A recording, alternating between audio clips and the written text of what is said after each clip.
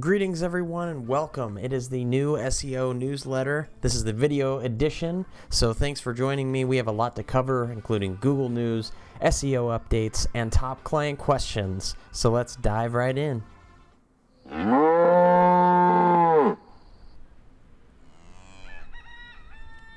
Alright, hey everybody, and thanks for joining. So today we have a lot of stuff to cover for this month. Starting off with our SEO newsletter. We do this every month, and we send it right to your inbox goodness delivered right to you. So do sign up on our website and get the latest info. Put in your email and we'll send it to you. September and after the long holiday weekend, what we kind of see is that a lot of advertisers were going in on Labor Day, and that actually increased costs for a lot of advertisers in general. And now we're expected to see some of those values drop back to more normal levels, and money also on vacations and other things like that. So summer is about to end. I know, I'm sorry to say, but it's about to end here soon enough, and we're going into the beautiful fall weather, which is always so lovely in Ohio in particular. Another big star that's happened lately is YouTube ad placements, and Instagram advertising ads have done very well. It might be time even for an ad break per se, because before you go into fourth quarter, that's definitely a big time for everyone. It's usually the biggest quarter of the year in general, and so you want to make sure you have enough in the tank, in the budget, to be ready for that coming up in basically after October. So it's going to come soon. So do be prepared for that and start thinking about, the sales and things that you might offer to be competitive this year, because that definitely is going to be needed and definitely going to help as you go into those times. Also prepare budget-wise for that, because it's going to be pretty big this year, I think. So we do have a mention of we won our 7th major award for 2021, which is always great. We are so honored, and it's a Best Digital Marketing Agency in Columbus award. Do check that out, read about it. We have questions about Google click fraud, questions about TikTok, video placements, ad placements, product images, best product images to use, Google Analytics, Bing ads, all kinds of stuff. So the first question is Google Ads click fraud an issue with VPNs? So typically no. Google Ads has basically done a lot to prevent this. I've actually talked to a Google rep about this. I was concerned with one of my clients that had some ads that showed on VPN apps, or like one that was really happening with them. They were a national campaign. Said no. It's actually those are relevant audiences. It's just that a lot of people do use VPNs, and so it makes sense. And for that particular audience, it actually did make sense a little. If you want to learn more about Google click fraud and what they do to prevent that, obviously that's their bread and butter, is making money with advertising. So they do a lot of really advanced stuff to prevent click fraud. If you are concerned about that or do have a concern, you can raise a ticket to Google.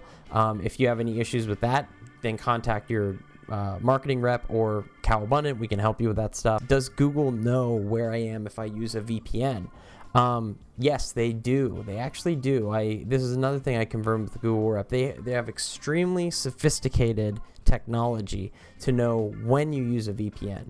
Especially, they know who you are if you're logged into any Google product, even if you're doing like cross-platform stuff, because Google Ads can actually track you when you leave like a desktop and go to your phone.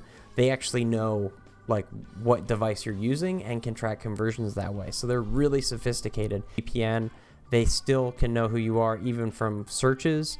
Like if you're in Columbus, Ohio, but you say you're in Spain using a VPN, but you're searching Columbus restaurants and all this stuff and similar stuff you normally do, maybe you're logged into one page, they know it's you. That's not really necessarily too hard, right?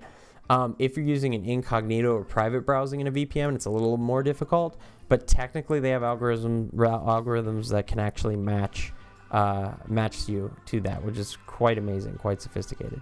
Next is, what are placement ads? What do they have to do with display ads? Basically, placement ads refer to video or display placements where you place the ad. A placement is a website or video, a YouTube, where your ad's shown. So with Google Ads, it allows you to select placements yourself, or you can use Google to choose those for you. So placements are where you're placed on the web. Number 4, is it possible to have too many detailed product photos, or is it always better? So, if you have a product that's very simple, you can get away with a few photos, maybe 3. The general rule of thumb is like 10 photos should be fine, very good. And you want excellent photos, good lighting, good quality photos that look good. Those are always really important. If you have a more complex product you're showing, like a car, you're going to want to show the engine bay, the doors, the exterior. You're going to need a lot of photos to tell the story of your product. If you're selling just like a fidget spinner, maybe 1 to 3 images is enough. You usually want a few, though, to describe that. Number 5, why does Google Ads say I have more or less conversions than Google Analytics does?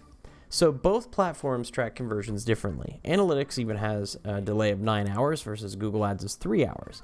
Analytics can say you have a conversion from organic traffic and counts that when the conversion happens, versus Google Ads will count it at the time the person first saw the ad, which could be several days ago. So, and on top of that, Google Ads actually has the ability to track you on your phone. So if you're on your phone, Google Ads can, and you're switching devices, it can attribute that conversion to a phone, ad you saw 5 days ago. Whereas Google Ads will say, oh, they just searched it on, organic search. But in actuality, it might have been in their head. They might have seen, honestly, like a search ad. They might have then seen a video ad, and then they might have actually searched it on the web and then converted. But Google Ads takes the whole flow into account, whereas Google Analytics will just say at the last point of contact, essentially. So it's a different, what's called attribution model, or attributes where the conversion happened. So that's why it's different. All right, number 6. Let's go over here. Okay. Google Analytics is not showing our Bing ads traffic correctly. Is Google not playing nice with Bing? So a little bit. Google Analytics is a great free tool for traffic analysis, but Google Analytics does have issues properly discerning traffic on different platforms. So it has issues with Bing, has issues with Facebook, Instagram. Properly showing that data has always been kind of an issue, whereas Google platform items like Google Ads, YouTube, stuff like that, it's a lot better with the data. It's more integrated and all that stuff.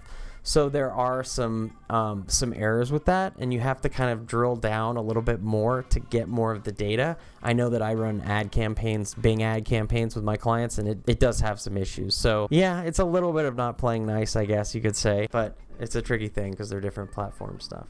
All right, number 7. We now work from home and used to have a physical location. Google always cared in the past about having a business address and better rankings. Is that still the case? So I asked my location reps about this. Yes and no was kind of the response. You can actually go to our website, cowabundant.com with a K, and then put your business name and zip code, and you can actually get a free listings report. And this is kind of what it looks like. So it'll tell you, how your listing is, all that good stuff.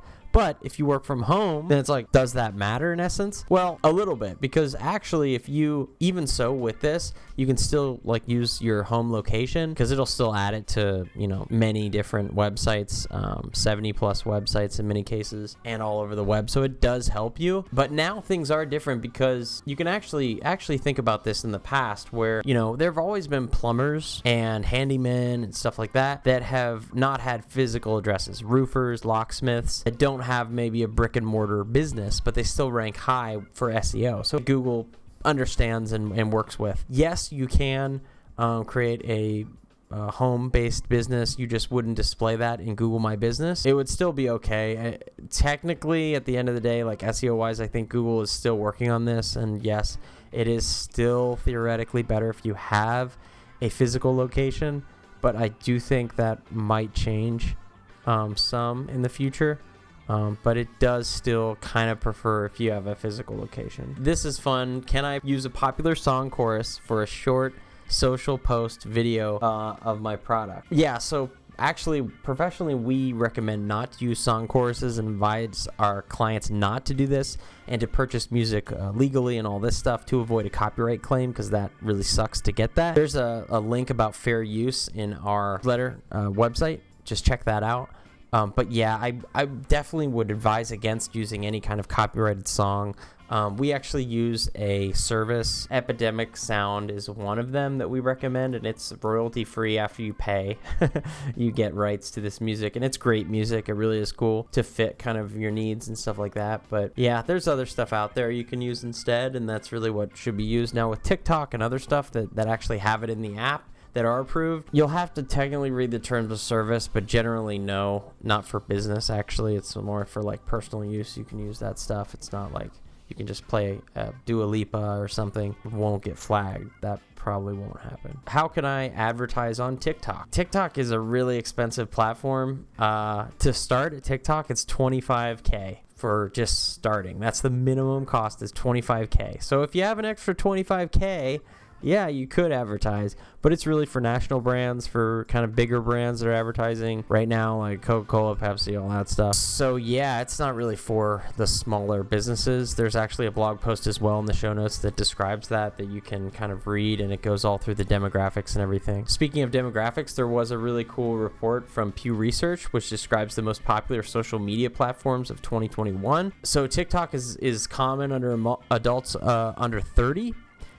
Their demographics that they say publicly and in the link provided is a little bit different than what Pew found, which is interesting. And I think they have a bigger international presence in general, but they're new to the game. So out the gates, they're kind of starting bigger than Reddit and Nextdoor, but they have a long way to go for certain. Instagram has been growing fairly steadily since 2012. They're the third most popular, and the second is Facebook. And the first one is YouTube. So YouTube is a social platform. Google has been really going crazy with the Google updates. Here's a list of the Google updates in the last month. It's been insane. Holy crap, how many updates can you get? I mean, they just keep coming and coming. So it does make it harder for SEOs. I think you can expect lower traffic in some ways, but also that might be a seasonal thing. Like in summer, people are going outside and doing stuff, so there's that as well. Yeah, and then expect that to pick up. And the Google Ads credit actually has stopped, so that is no longer available. We kind of have been reporting on the Google Ads credit in the past on our website. We mentioned the return of the Google Ads credit. It was the biggest ad credit before. It was $1,000. It's no longer valid. It just hit, so we did want to update everyone on that. That's no longer out there. Yeah, so the standard credit applies. I think it's $150 about. Some charities, yay! So yeah, we've been doing some charity stuff, and basically we encourage everyone to join us. Month's charity is the Flow Watershed charity in Olentangy River, Columbus, Ohio. So do check out their website and donate if you can. It definitely helps rivers. We need them sustainable, and they do good stuff. So donate to that if you can. Last up is kind of some memes and stuff like that. We always have funny memes, so check those out on our newsletter. Check out the Jason Barger podcast. It's on season 5 right now. I've been working on that for I don't know how long. It's 5 seasons, 81 plus episodes. So do check that out. They have great guests about leadership, corporate culture, all that interesting stuff that definitely helps if you're like a CEO or, in a leadership position. Do check that out. So thanks everyone for watching. I hope you found this interesting, insightful, all that good stuff. Please like and subscribe. It helps the channel out a lot. Pass it around and be good to each other. All right. Bye.